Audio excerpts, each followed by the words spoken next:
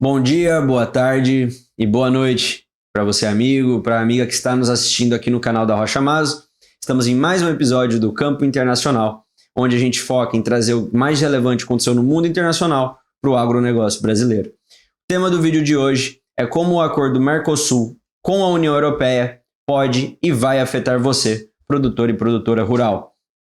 Iremos começar reagindo a um vídeo que a gente traz uma previsibilidade sobre como esse acordo pode nos afetar. Depois demonstraremos como esse acordo vai ser implementado ao longo dos anos, o que é esse acordo, quem é Mercosul, quem é a União Europeia, e no final a gente responde aquela pergunta que todo mundo quer saber, que é como isso afeta o agronegócio aqui no nosso país. Vou estar passando o microfone agora para o Pedro, enquanto toma um pouquinho de água, que aqui no interior de São Paulo é bem quente, e aí a gente pode estar iniciando. Peço para vocês só escutarem uma palavrinha do nosso querido designer. E aí, pessoal, como é de praxe, eu vou intervir aqui por 30 segundinhos só para falar que nós somos um escritório criado e desenvolvido para o produtor rural, para o arrendatário, para o investidor do agronegócio. E além de prestar serviços jurídicos, aqui a gente também quer te ensinar a ter um custeio cada vez mais blindado. E para isso, nós ensinamos você o jeito certo de se proteger das dívidas, mesmo numa safra ruim. E você se torna cada vez mais um empresário rural. Beleza, galera? Agora fiquem com o vídeo aí do Rochinha, meu xará. Inclusive, gente, agradecendo o Pedro por ter passado o recado, eu gostaria de agradecer a cada um de vocês da nossa comunidade que vem entrando em contato com a gente pelo canal, seja para falar sobre os vídeos, seja procurando um serviço. Então, se você que é amigo do canal, que está nos acompanhando e quer falar com a gente, seja para tirar uma dúvida do que falamos aqui nos vídeos ou que esteja precisando de algum serviço, a nossa comunidade está aqui na descrição do vídeo, pode estar entrando lá e mandando mensagem que quer eu, quer o Dr. Bruno Maso, vamos estar respondendo com todo carinho e atenção cada um de vocês. Bom, indo direto ao tema do vídeo de hoje, como o Mercosul e a União Europeia fizeram um acordo e como isso afeta você, produtor e produtora rural, gostaria de retomar o vídeo da semana passada que a gente esteve falando sobre Venezuela. Em um momento do vídeo eu peguei e falei, olha, inclusive esse ataque do Trump ao Maduro, essa captura do ditador venezuelano, pode influenciar a sair o acordo aqui da União Europeia com o Mercosul. E vamos escutar o que o presidente aqui do INSPER Global teve falando sobre isso. Pode dar play aqui, Pedro. Pela situação espremida da Europa entre um Estados Unidos mais diferente com a Europa, do outro lado a situação russa. Portanto, essas questões geopolíticas levaram esse processo a se concluir depois de 25 anos. Nós já vimos uma negociação longa aí de cotas, né? As cotas. Já viram aquele meme do Leonardo DiCaprio que faz... Pode parar? Foi exatamente o que a gente falou na semana passada. Então é esse contexto que a gente quer trazer para vocês. Como que algo internacional vai afetar aqui o Brasil? Então, lembra quando eu falei, nossa, o Trump tá pegando o Maduro lá na Venezuela, isso vai fazer um efeito meio que dominó, vai forçar a União Europeia a fazer o acordo com o Mercosul, porque o Mercosul fica mais forte agora que os Estados Unidos têm essa posição de dominar mais a cadeia do petróleo. Então o que eu tô querendo trazer para vocês assistam nossos vídeos, a gente sempre faz antecipações e mais uma vez a gente conseguiu, com base em projeção e muito estudo, tá acertando em algo que ia acabar acontecendo. Pode passar para o segundo vídeo agora, Pedro, que com base no que o Dr. Marcos Genk trouxe, isso foi o que levou ao acordo. E agora a gente vai trazer quais são os efeitos do acordo com base numa reportagem do G1.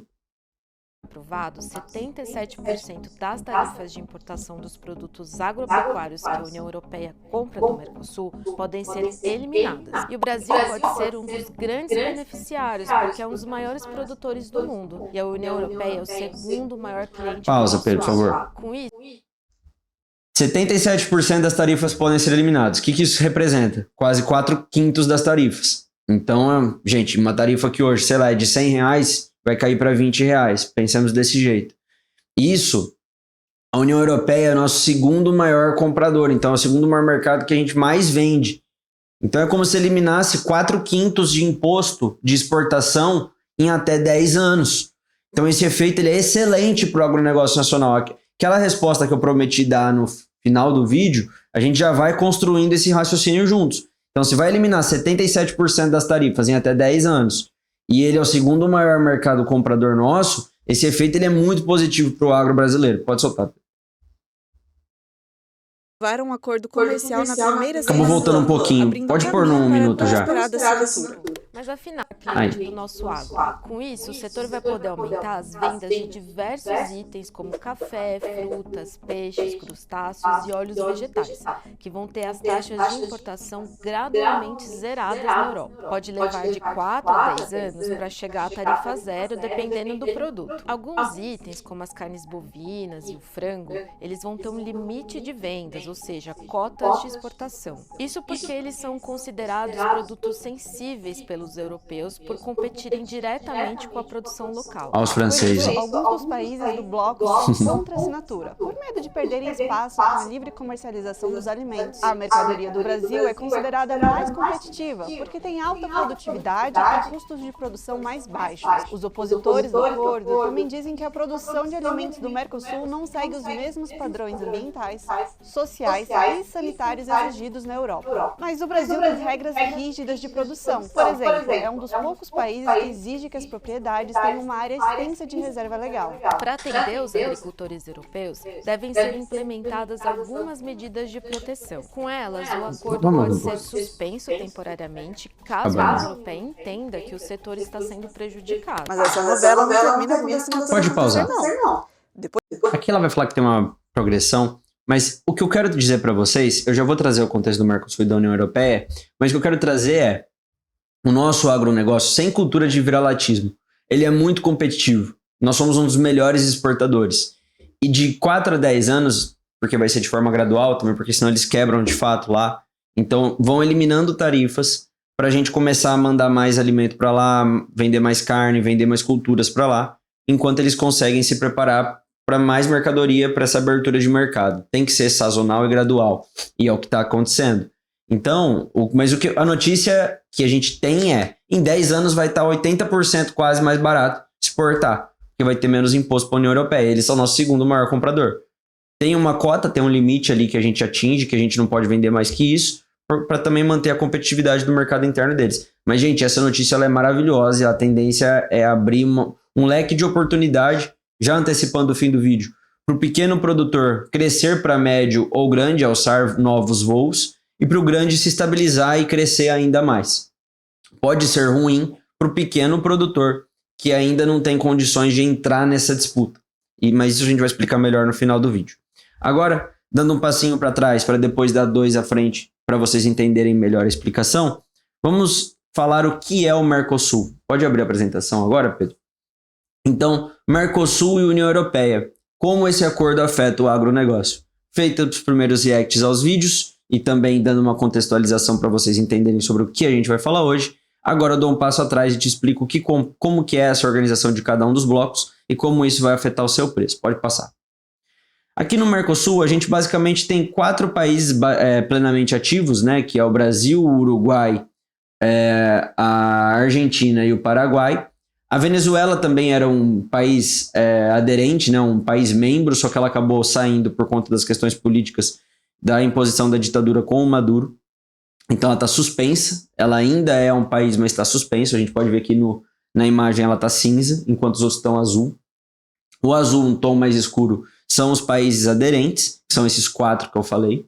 Fora eles, tem um país que está candidato à adesão, porque tem os associados, a gente vai explicar depois, mas os associados, eles basicamente têm os mesmos efeitos, mas não têm voz. É como se fosse num prédio, fazendo uma analogia, que os países membros são quem pode votar quando tem assembleia, que são os proprietários. E os países associados é como se fossem aqueles que moram em apartamentos de locação e não podem votar quando tem assembleia. Então eles têm os mesmos efeitos do que fica decidido na assembleia, mas eles não têm voz. A Venezuela está suspensa, então ela não tem nem voz e nem pode aproveitar dos efeitos, por conta que, pelo fato dela estar suspensa, ela não pode aproveitar os efeitos e não pode votar, por causa que é a forma dela ter essa sanção, essa punição por essa troca de regime democrático para ditatorial que ocorreu lá no país. Então, pode passar, Pedro, por favor, que a gente conseguiu fazer essa explicação com a analogia, ficou legal. A União Europeia já é um bloco maior de países, então engloba mais países, e ela tem uma grande diferença conjuntural. No caso do Mercosul, a gente basicamente tem alguns países que se unem para ter efeitos positivos e medidas positivas nas suas economias, quer por negociações, por exportações, por acordos de menor barreira tarifária, coisas do tipo. A União Europeia é como se fosse um bloco regional de vários países se tornando um só. Inclusive tem parlamento próprio, passa por votação própria. É como se fosse um passo além do Mercosul. Mercosul são os países se juntando para ter negociações. Aqui na União Europeia, cada país ainda mantém sua soberania, mas é como se ele cedesse a sua soberania pro bloco da União Europeia. Quando a União Europeia fala, ela fala por todos os seus países. Por isso que eles precisam desse processo de estruturação de um congresso, como se fosse o parlamento brasileiro. Como aqui a gente tem o Senado e a Câmara, é como se eles tivessem o Senado e a Câmara deles, da União Europeia, com todos os seus países tendo representantes. Aí aqui os Estados-membros, a gente tem a Alemanha, a Áustria, a Bélgica, a Bulgária, o Chipre, a Croácia. Agora eu vou ter que tomar água. A Dinamarca, a Eslováquia, a Eslovênia, a Espanha, a Estônia, a Finlândia, a França, a Grécia, a Hungria, Irlanda, Itália, Letônia, Lituânia, Luxemburgo, Malta, Países Baixos, que é a Holanda, Polônia, Portugal, República Tcheca, Romênia e Suécia. Sorte que saiu. Sorte que saiu o Reino Unido. Aí vocês podem ver no mapa. Bebam água. Vocês podem ver no mapa que aqui a Rússia e a Ucrânia estão brancos, que eles estão em guerra, inclusive, nesse momento. Aqui a gente tem o Reino Unido também destacado em branco, que teve um momento do Brexit. E todos os outros países amarelos são os que compõem a União Europeia, que eles têm algo ainda maior do que o Mercosul. Aqui no Mercosul a gente tem vários acordos. Na União Europeia é como se um cidadão que nasce em cada um desses países tivesse livre trânsito pelos outros. Então eles têm algo, como que eu posso dizer, como se fosse uma chancela de cidadão europeu que permite que eles transitem por todos os países que estão sobre essa batuta da União Europeia. Pode passar para o próximo slide, que agora a gente vai falar um pouquinho do Brexit, que foi um movimento de saída, né, do BRE, que é basicamente o que a gente fala de Grã-Bretanha, que no caso é o Reino Unido, e exit, de saída. Então, a saída do Reino Unido da União Europeia aconteceu em 2020, já foi aprovado em 2016, né, por 51,70 e pouquinho por cento por meio de votação popular, a saída da União Europeia em 2016. Em janeiro de 2020, essa aprovação que aconteceu em 2016, ela foi formalizada. Então, basicamente, o Reino Unido falou: União Europeia, tá aqui meu documento, eu tô saindo do seu conjunto de países. Em dezembro, 31 de dezembro de 2020, foi sancionada a saída, e a partir de 1º de janeiro de 2021, novas regras passaram a valer sem o Reino Unido estar dentro. Mas foi gradativo também, porque os cidadãos eles não puderam ser prejudicados, então eles podiam ter livre trânsito. Mas o fato é que hoje, em 2026, o Reino Unido ele não mais pertence à União Europeia. Então, quando a gente falar em exportação para a União Europeia, a gente não vai estar falando para Londres. A gente trouxe aqui, né? Londres, que é a capital ali da Inglaterra, a gente não vai estar podendo falar. Basicamente, as maiorias faziam pelo Porto de Londres, na Inglaterra, na Escócia, no País de Gales e na Irlanda do Norte. Pode passar agora? Que agora é interessante, a gente falou muito que a União Europeia tem uma organização diferente, que é uma estrutura diferente, é como se fosse Senado e Câmara. E aqui eu vou trazer um pouquinho como ela se organiza. Então, eu vou fazer, primeiro eu vou ler aqui, depois eu vou pedir para você abrir aquele PDF, Pedro, que a gente basicamente traz um pouquinho melhor.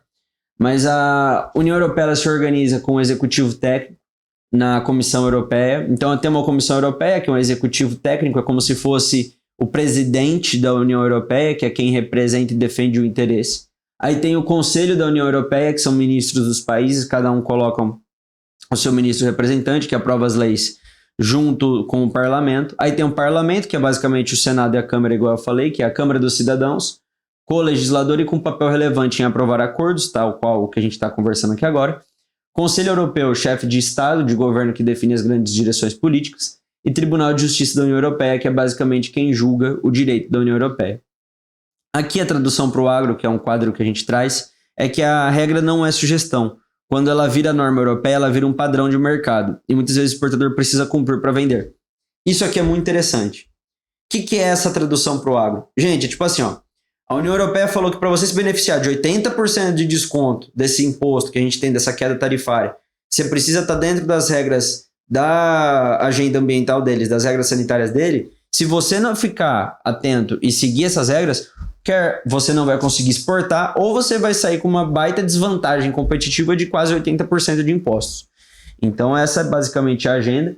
Aqui a gente trouxe do lado direito a imagem, não sei se vocês estão conseguindo enxergar. O PDF vai ser depois, quando a gente vier com a linha do tempo. Acredito que nesse caso aqui a gente pode manter na imagem, mas é basicamente só para ilustrar que tem 27 comissários. Aqui depois no Cônsul Europeu, que é basicamente no Conselho da União Europeia, tem os heads de cada governo. No Cônsul do governo da Europa, a gente tem os ministros. No Parlamento Europeu tem 720 membros, que basicamente são diretamente eleitos por cidadãos a cada 5 anos. E então a gente vê que é um ciclo, né? E toda vez que a gente fala de direito internacional, a gente vê que é um ciclo que alimenta o outro. Então, quando a gente vem para a União Europeia, a gente vê que tem essa estrutura própria, como se a União Europeia, com esses 27 países debaixo do guarda-chuva, fosse um só país. Pode passar, Pedro, por favor. Agora, a gente fala um pouquinho melhor sobre o que é esse acordo, tá? Na lógica jurídica do acordo, como isso afeta vocês. Então, o Acordo Mercosul-União Europeia é um pacote de instrumento internacional que pretende criar uma política de integração e tem 3 pilares básicos. Ele é político, de cooperação e comercial. Político, porque tem diálogo entre todos os países. De cooperação, porque tem uma agenda ampla que todos vão estar vinculados a trabalharem debaixo dos mesmos princípios. E comercial, porque isso vai gerir os bens, serviços, compras e regras. Agora, Pedro, eu vou pedir para você abrir o primeiro link, só para a gente mostrar como isso está sendo difundido pela própria União Europeia. Aqui, ele já é traduzido para o português, tá? Mas essa fonte ela é britânica. Fui eu que troquei ele em português, que fica mais fácil para trazer para vocês agora o conteúdo. Mas eles trazem essa visão. O que é o acordo da União Europeia com o Mercosul? É uma relação que envolve mais de 700 milhões de consumidores em toda a Europa e América do Sul. Melhor, um pouquinho mais de zoom, você ajuda a gente. E pode descer. Aqui ele explica o que é o Mercosul, basicamente, igual eu trouxe para vocês, os 4 países que são os países membros. Ele trouxe a questão da Bolívia, eu estou apontando para o lado direito, eu não sou um bobo que aponta para o lado direito, que tem uma televisão aqui do lado, tá? Aí aqui ele trouxe a questão da Bolívia, que também é um que está em fase de ser efetivado como um membro pleno, e a Venezuela, que está suspensa. Então a Venezuela aderiu em 2012, mas sua participação foi suspensa. Em dezembro de 2012 foi assinado o protocolo de adesão da Bolívia e ainda aguarda a ratificação. Por enquanto temos os 4, que é Brasil, Paraguai, Uruguai e Argentina. A Bolívia vem vindo e a Venezuela vem saindo. Vamos ver como vai ser a situação agora com a captura do Maduro, se podemos ter essa situação sanada.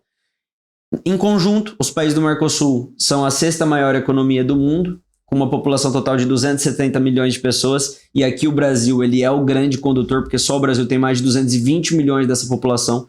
Então, se juntar todos esses países, é como se o Brasil guiasse todo o Mercosul. Por isso que as falas do Brasil nesse contexto de ratificação de acordo com a União Europeia tem muito força. É como se o Brasil fosse o presidente do bloco aqui. Essa presidência ela é alternada, mas com toda certeza a fala do Brasil tem um peso maior, porque é o país que mais exporta, que tem maior força no agronegócio e também tem mais população. Pode descer. Aqui ele fala do comércio de mercadoria, então ele está trazendo uma visão de como o Mercosul é forte para tentar trazer para o cidadão europeu que vai valer a pena. Tá? Então, a União Europeia é o 2º maior parceiro do Mercosul, que foi o que a gente falou, que é quem mais compra da gente, representando quase 17% do comércio total do Mercosul em 2024, e o Mercosul é o 10º maior parceiro da União Europeia no que toca ao comércio de mercadorias. O que isso quer dizer, gente? Eles são o 2º que mais compram nosso, e a gente ainda é o 10º que mais vende para eles, no sentido de comercializar lá dentro. Então tem um gap da gente aumentar nossas vendas para a Europa, enquanto eles compram bastante da gente. Então, a gente vai conseguir, eles compram o 2º e a gente vai conseguir vender ainda mais, tá? No sentido de circular mercadoria lá dentro. Entre 2014 e 2024, o comércio de mercadorias da União Europeia com o Mercosul cresceu mais de 36%, as importações aumentaram mais de 50%, ao passo que as exportações aumentaram 25%. Aqui eles fazem uma dinâmica mais ou menos de como isso aconteceria do Mercosul com a União Europeia, pode descer. Principais mercadorias exportadas da União Europeia para o Mercosul. Esse acordo, gente, que eu estou falando, eu estou fazendo um recorte para o agronegócio, mas ele não é específico sobre o agronegócio. É um acordo de transação global. Mas, pode descer um pouquinho, que a gente já vai ver, produtos agrícolas, produtos minerais, pasta de papel e papel. Então a gente vê que muito afetado é sim o agronegócio. Pode descer? Comércio de serviço. Aqui ele basicamente falou de serviço, que não importa tanto pra gente, importa também, mas não tanto tal qual o agronegócio. Então, basicamente, em dezembro de 2024, a União Europeia chegou a um acordo político. Em setembro de 25, essa comissão ratificou. A gente pode falar que a COP30 foi importante para isso, tá? Por causa que eles acabaram se encontrando aqui. E assinaram um acordo provisório, que enquanto a gente não assina isso daqui, bota para jogo, faz valer, vamos fazendo essas seguintes medidas.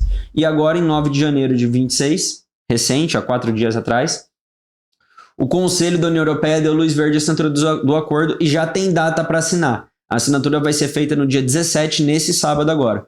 Então, aguardemos cenas dos próximos capítulos, a ver se vai confirmar essa previsão da assinatura para o dia 17, mas é o que deve acontecer. Pode passar para a próxima reportagem. Isso tudo informado no site da própria União Europeia.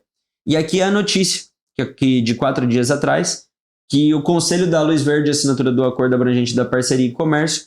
Basicamente, ele está falando, a gente está trazendo o que foi acabado de ser falado no link anterior, que teve luz verde da União Europeia para ter a assinatura do acordo e ele deve sair agora no dia 17, no sábado. Pode voltar agora para a apresentação? Ah, não, tem mais um link, o próximo. Uma golinha d'água eu já trago para vocês.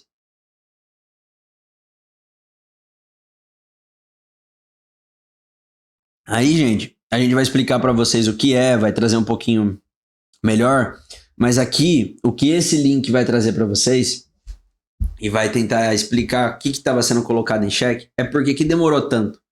Criou o Mercosul em 91, começaram a negociar ali no final da década de 90, o acordo foi sair agora, quase 25 anos depois. Pra você ter uma ideia, eu tenho quase 30. Então essa negociação tem basicamente a minha idade. O Dr. Bruno Mazo já é um pouquinho mais de idade, né? Já tem seus quase 50, partindo para ser nosso idoso, nosso advogado sênior. Então ele acompanhou tudo isso desde o nascimento, né? Até a consagração. Eu não, eu nasci depois do Mercosul. Mas então, gente, tirando agora essa parte mais cômica, aqui atrasou por conta disso. Atrasou porque os países lá dentro da Europa ficaram muito ressabiados. Vocês vão abrir comércio que vai vir lá do país de fora, vai vir lá do estrangeiro, vai vir da gringa, vai mandar produto para cá. E como a gente vai vender o nosso? Então, eles estão numa fase, acho que estava em inglês, acabou traduzindo, de basicamente eles falarem para o próprio cidadão deles: gente, tá abrindo oportunidade para o agricultor europeu, a gente vai conseguir melhorar a nossa situação, a gente vai conseguir melhorar a situação de vocês. Só que isso não está sendo muito bem visto, a classe lá está meio relutante ainda. E aqui a União Europeia, por meio desse comunicado, traz como que pode melhorar a situação lá para eles. Eu não vou me aprofundar nisso daqui, porque o meu papel é trazer como o mundo internacional afeta o agro nacional, o agro brasileiro. Mas se vocês quiserem, eu vou cobrar o Pedro novamente de colocar os links no primeiro comentário que eu disse no vídeo anterior, e de novo nós ficamos devendo para vocês. Mas eu vou cobrar ele, eu vou facilitar o trabalho dele mandando os links, que aí é só ele clicar um Enter também para estar me ajudando. Mas aí agora a gente pode ir para o próximo slide, Pedro, que a gente vai falar o que é EMPA, o que é ITA, o que é isso. E aí, de forma bem rápida, porque só para vocês saberem, se alguém for querer dar de conhecidinho com vocês, não, você viu o Mercosul, você viu o que é EMPA? O cara vai querer te pegar de calça curta, igual a gente fala aqui no interior, aí você vai falar: já tô sabendo disso daí. O EMPA basicamente é o EU de União Europeia, né? Mercosul. Então juntou o E de União Europeia e o M de Mercosul. E o PA é o Partnership Agreement. Então basicamente é União Europeia, Mercosul, acordo de parceria. Então é um acordo de parceria completa. Basicamente tudo que eles vão assinar com aqueles 3 pilares que a gente falou de política, cooperação e economia, né? Comércio. E como funciona no mundo real, ele pode ser amplo. E ele costuma exigir procedimento mais complexo de aprovação. Pode passar, Pedro, por favor. O ITA é basicamente o Interim Trade Agreement. É interim por causa que é um acordo provisório, um acordo interino de comércio. Ele mantém os compromissos comerciais de investimento, né, que já existem, e foi desenhado para aplicar antes do acordo completo. Ou seja, o EMPA é ele definitivo. Assinado agora dia 17, quando já tiver tudo valendo, daqui 10 anos já tiver tudo bonitinho, rodando bonito, é o EMPA. Até lá, a gente vai falar do ITA. Então a gente pensa, ITA, que vai estar rolando até tudo ser efetivado.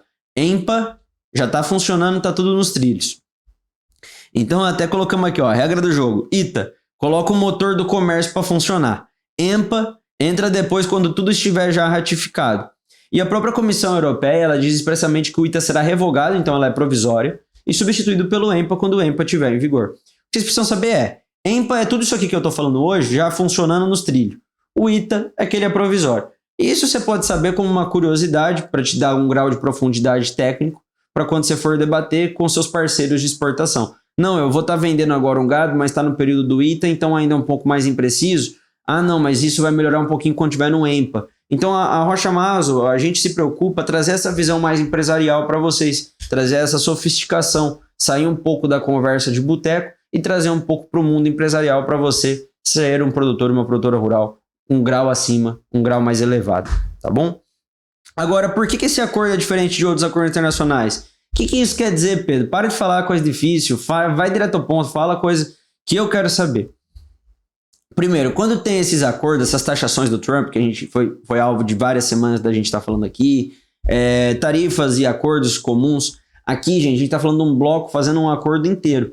Então, o acordo antigo mexe em tarifa. Todos os acordos que tinha de livre comércio era tarifa. Então, vamos abaixar e reduzir o imposto para carne. Igual a China está fazendo agora com o Brasil, que a China está sancionando a carne brasileira. Então, é objeto de uma sanção de um setor específico. Aqui, o acordo mexe com o sistema inteiro. Então, esse 77% que vai cair em 10 anos é para o setor inteiro do Brasil de exportação. Então, esse tipo de acordo mexe com regra de origem, barreira técnica, regra sanitária. Quando a gente fala regra sanitária, quanto que você tem que comprovar de certificação. Então, compra pública, sustentabilidade. Lembra quando a gente falou que sustentabilidade podia ser o novo crédito verde, que vocês tinham que parar de ver o ambiental como algo que complique, como algo que pode abrir uma oportunidade? Para você conseguir vender com esses 80% de imposto reduzido daqui a uns anos, você vai ter que comprovar essa sustentabilidade. Então, a segunda diferença é que a União Europeia ela exporta a regulação. Basicamente, a gente vai se adaptar à regulação deles. Quanto antes a gente se adaptar, antes a gente sai vencendo. Que é o que eu falei, pequeno, médio e grande. Aqui tem a diferença que o grande consegue se adaptar mais rápido. Mas quanto antes o pequeno se adaptar, antes ele também pode crescer e galgar espaço a ser um pequeno e médio. E a diferença 3 é da politização doméstica, que a agricultura na União Europeia é política de Estado. Então, no agro europeu, é relevante e sensível, e foi por isso que teve esses protestos. Principalmente ali a gente viu em Bruxelas, na França, Bruxelas na Bélgica, na França, ali em Paris, e por último na Itália, que a gente teve alguns protestos também. Então, essas são as principais diferenças. Basicamente, o acordo ali é em bloco. Além de ser em bloco, a gente vai ter que conviver com essa exportação da regulação europeia, e dentro da Europa, eles convivem com esses protestos, mas eles vão ter que aceitar que um novo parceiro, um novo mercado vai estar se abrindo e enviando cada vez mais alimentos para eles.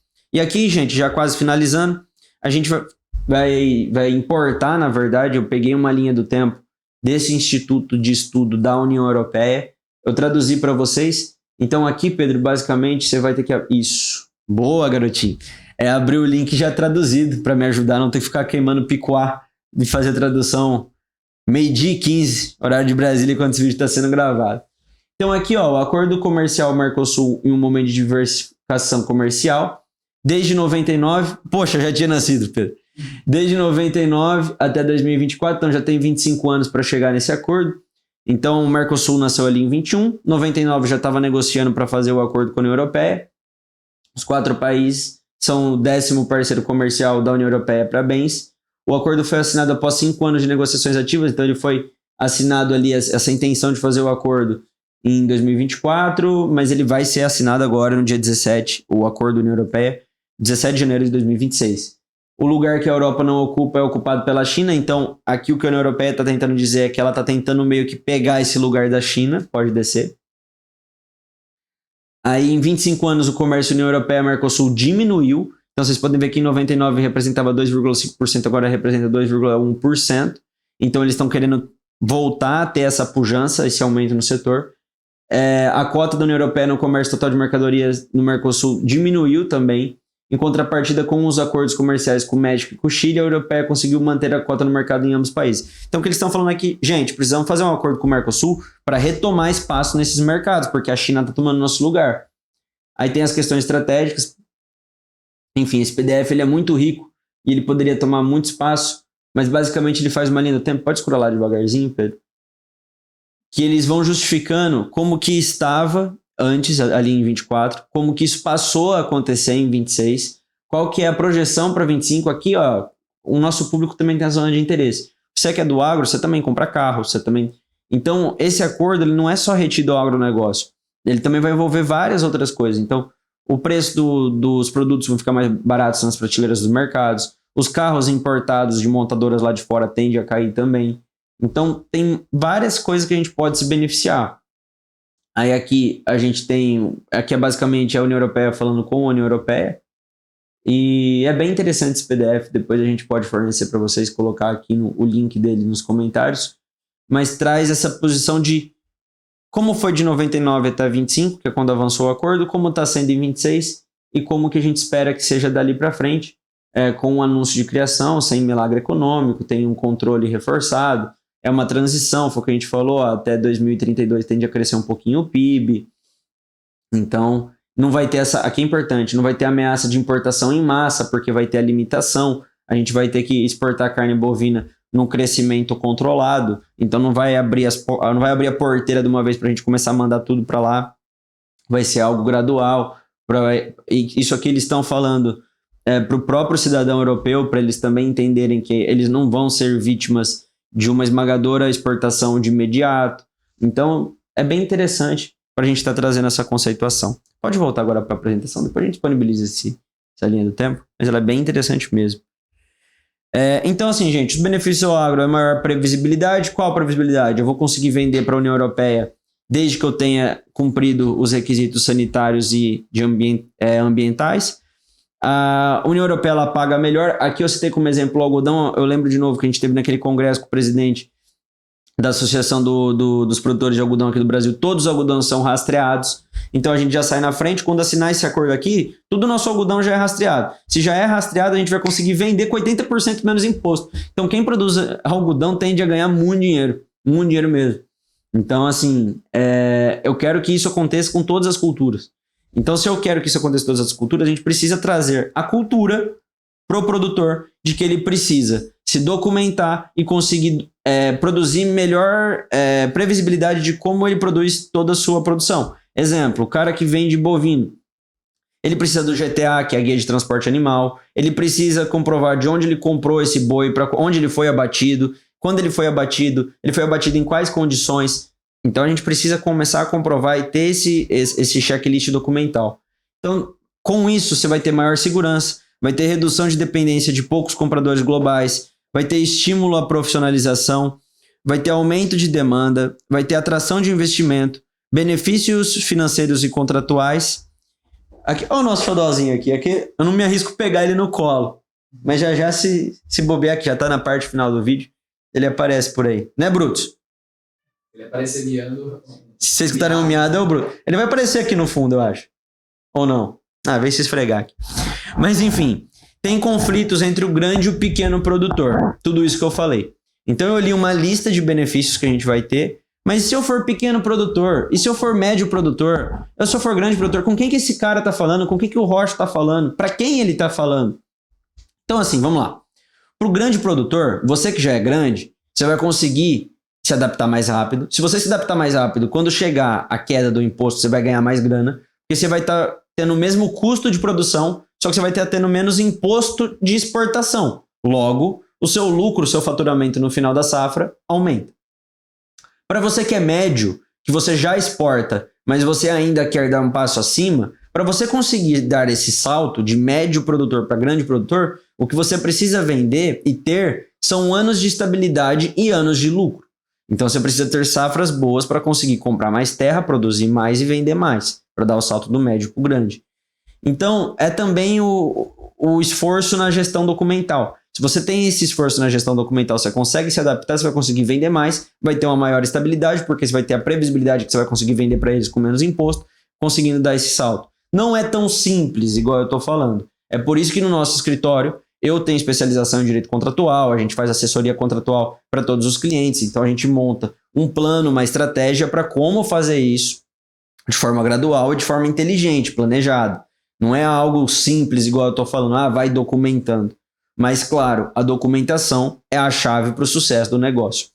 E chegando agora no pequeno produtor. E eu que sou pequeno produtor, que eu tenho aqui meus 10, 20, 30 alqueires de terra, como que eu vou competir? Como que eu vou exportar para a União Europeia? Estamos falando aqui do Blairo Marques, estamos falando de um monte de político, estamos falando de gente que tem mais de 1.000 cabeças de gado, mais de 1.000 alqueires. Como que eu compito com esse cara? Se você é menor, se você é pequeno, o único jeito de você competir é você sendo mais organizado. Porque você concorda comigo que você gerenciar 1.000 alqueires e você gerenciar 10 alqueires de terra, você tendo 10 alqueires de terra, você consegue ter um controle maior da sua produção. Você pode ter menos poder no sentido financeiro de conseguir contratar escritórios gigantes de advocacia, escritórios gigantes de contabilidade, vários produtores, vários agrônomos para estar te auxiliando. Mas você, com 10 alqueires de terra, você anda por toda a sua produção e você consegue controlar melhor ela. Mas você não basta você controlar melhor ela no sentido de ser um bom produtor. Você precisa controlar ela no sentido de ser um bom gestor. Tá? Então é aqui o seu diferencial para você também dar o salto de pequeno para médio.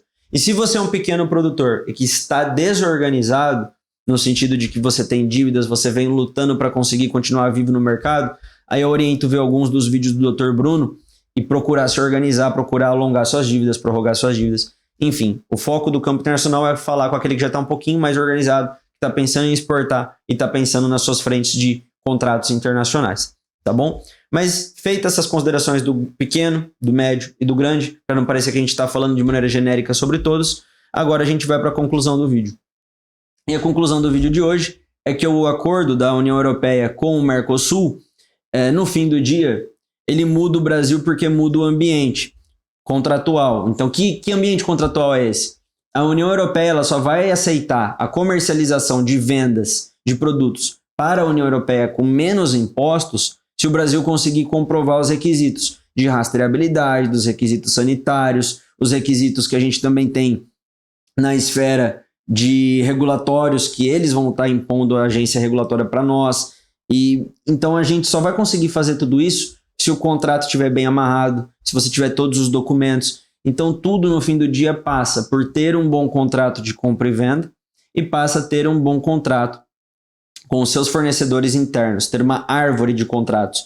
Tudo o que aconteceu aqui dentro antes de ir lá para fora. E quando for lá para fora, você ter um bom contrato de compra e venda e estar se protegendo de todas as formas. Então, produtor, produtora rural, a conclusão do vídeo de hoje é que pode ser a virada de chave para o pequeno, igual eu disse ali, para ser um médio, ou do médio para ser um grande. Então pode ser a grande virada de chave para o pequeno produtor virar grande, ou pode ser a sentença de morte de exportação.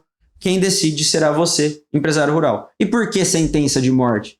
Se você não se adaptar, se você não conseguir se enquadrar nessas exigências, se você não fizer um bom papel como gestor, você não vai conseguir exportar para a União Europeia, porque tem muita regulação, tem muita rastreabilidade e muito requisito ambiental. Mas se você conseguir, você vai surfar essa onda de pagar menos imposto e ganhar mais dinheiro. Gostou do vídeo de hoje? Deixa seu joinha, se inscreve no canal, deixa aqui um comentário do que você gostaria que a gente falasse nas próximas semanas. E desde já, muito obrigado pela companhia. Se ficou alguma dúvida sobre o que eu falei, não hesite em mandar uma mensagem no WhatsApp que está aqui na descrição. Se você precisa de ajuda em alguma coisa, também manda um WhatsApp que a gente pode estar conversando. Porque aqui na Rocha Maso, você produtor, você produtora rural, não caminha sozinho. Um forte abraço e uma ótima semana.